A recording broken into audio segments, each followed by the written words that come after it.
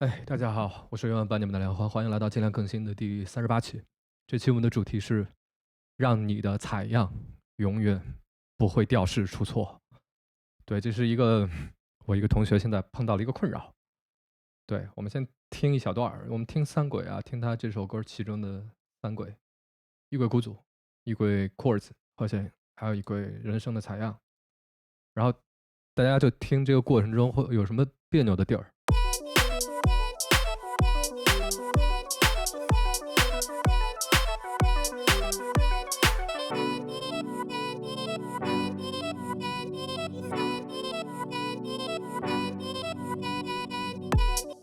OK，好，这个听起来是非常别扭的。对，你看他这个歌他写了一个 B 小调，B minor，对，一级六 G，对，就是一个一级的第七和弦，然后加一个六级的第七和弦，然后这么写的。然后这边有一个采样，那一般来讲，当我们用采样的时候，它的采样会有一个命名，对吧？最后会有一个数字再加一个字母，这个数字通常是指这个采样的原始 BPM 是多少啊？就这个采样原始的 BPM 是140，然后当然你在 Ableton 里它会自动帮你 Warp，所以这个你基本上不用太考虑。对，因为你看它现在速度是126，那对，然后这个最后的这个字母呢，通常指的是它的调式。那好，你看见这个采样了，它后面写的是 B，通常它的意思指的是这是一个 B 大调的采样呀，因为如果它是 B 小调的话，它会写一个大写的 B 跟一个小写的 M，就是 B minor。当它是 B 大调的时候，它不会写 B major，不会给你写一个大写的 M，它就会省略。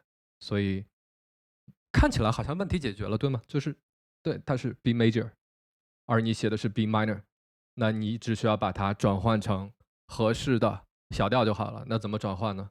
对，如果接下来这小段你听不懂的话，没关系。但如果你是 Ham1的学生的话，就我这一段就是拍给你们的，就是这个问题你们根本就不应该出的。好，B 大调它的关系小调是什么？对，很简单，对吧？减3个 semitone，那就是 G sharp 小调。好，它是 G sharp 小调，所以假设说它是 B 大调，那我们其实就可以直接把它视为 G sharp 小调。可是你写的是 B 小调，所以你要怎么做？你要把它从 G sharp 小调提升到 B 小调，那么是多少？你要加3个 semitone，对吧？好，看起来问题解决了，好简单。然后我们再选中这个采样，然后加3个 semitone。好，然后我们再听。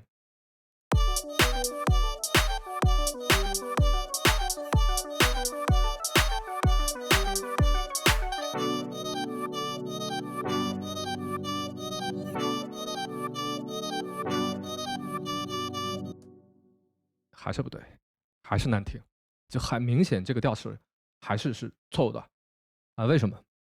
那原因其实很简单了，就是因为这些给你提供采样的人，你并不能确定他是呃真的懂乐理的，对，或者他标注的时候是真的讲究的。那很明显，这个采样的问题根本就是在于后面这个 B 它标错了，它根本就不是 B minor 或者 B major，因为你听它前两个音，嘟嘟嘟，你听前两个音，对，它才是个半音关系。那你其实如果你有一些乐理知识的话，你大概能判断出来这是一个什么调式，对吧？它很明显它是个中古调式。但是你说我不懂，我不懂中古调式，我根本就不懂这些乐理。刚才你说的那些什么加semitone减semitone，我根本就听不懂，什么关系大小调啊，没问题。你就点这张采样，右键选这个 Convert Melody to New MIDI Track，那它会把这一段的音频导出为一段 MIDI，你在 MIDI 里就可以看到明确的音高了。好，我们先点一下试一下。好，然后出来了，它就在这个轨道的下方。让我们来听一下，对吧？它可能有一些音没读出来，但是读出来的部分全都没有错误，这就是这个音高。好，我们点去看一下，那很明显，对吧？这个音和这个音，那你看，它默认的会出现在 B minor，因为这个作业原始写的就是 B minor。我顺便说一句，这个作业由于写的完全不行，已经被我彻底否定了。对，就是 Ham 的正儿八经的发歌的那个环节，还是挺难过审的。那你看到了，它是有一个 C 是在 B minor 的调式外的啊，那我们选 B major 也不对呀，所以它既不是 B minor，也不是 B major。这个人他在给你这个采样命名的时候，他就没给你命名对。那它到底是什么？那假设说它真的是 B 的话，也就是说它的这个根音是 B 的话，那它到底是什么？它只能是一个中古调式。那你听它这个上来这个第一个音和第二个音之间的这个半音关系，你大概其就比较好找了。你就找最悲的调子最暗的那个中古调式，对吧？那你就直接去找 Locrian。好，那你看在 Ableton 的这个 Skills 的功能里，它们全部都在调式内了，所以问题解决了。这个采样的真正的命名应该是这样的，它是 B Locrian， 对，它既不是 B major， 也不是 B minor， 它是 B Locrian， 对，这就是问题。好，那你现在知道它是调式了，你怎么办 ？OK， 你可以说，既然我要写 B minor， 对吧？那我就进去，我把所有这个采样的第二个音，我把第二个这个第二个音，就这个音，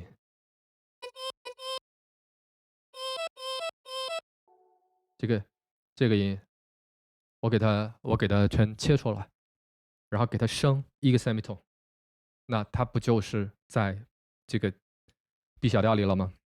你可以这么做，那你不嫌麻烦的话，而且切出来效果会有点奇怪。那更好的做法是什么？也就是涉及到了我们今天要讲解的主题，就是让你的采样的调式永远不会出错。因为随着电子音乐的发展，大家都在用采样。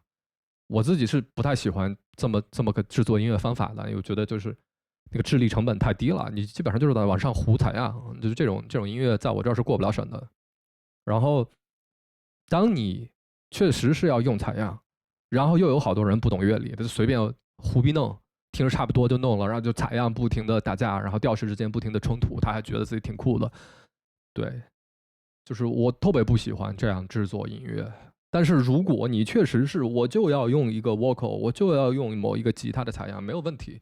如果它应该出现在这儿，你或者说我鼓励的方式是什么？就是你自己录吉他，你录出来一段，然后发现跟别人弹的那段跟别人那个采样那个显著更好，那人家的就是好，你弹的就是烂，那你还非得说啊，我就得用自己弹的，我就让它烂了，没必要，对吧？你可以用这个时候，你可以用一段采样，而且我建议你最好把那个采样做一些切片、重组、修改，你把它改成属于你自己的就好了。好，那现在就是假如说你一定要用这个采样，那你怎么办？好，你现在知道这个歌它是 B Locrian 的了。对，其实如果你不熟悉中古调式的话，你可以一个一个试。对，那就看你就一个 B major minor，然后你再去试Dorian Mixolydian，你就看它出来的这几个音到底能不能都在 scale 的这个标量的调式内。现在你知道它是 B Locrian 了，你也可以进去把第二个音切出来，然后去加一个 semitone，这样它就都在 B minor 的调式里了。还有另外一个做法是这样的，你全选所有的音符，然后你开始整体上下移动。我的意思是什么呢？就是你上下移动到这个 B Locrian 的所有音符，你通过加一 semitone、加二 semitone、加三 semitone，或者减一 semitone、减二 semitone、减三 semitone 的方式，来看看什么情况下它能全部落在 B minor 的这个调式里。也就是说，现在高亮的部分的音是 B minor 的调式内音。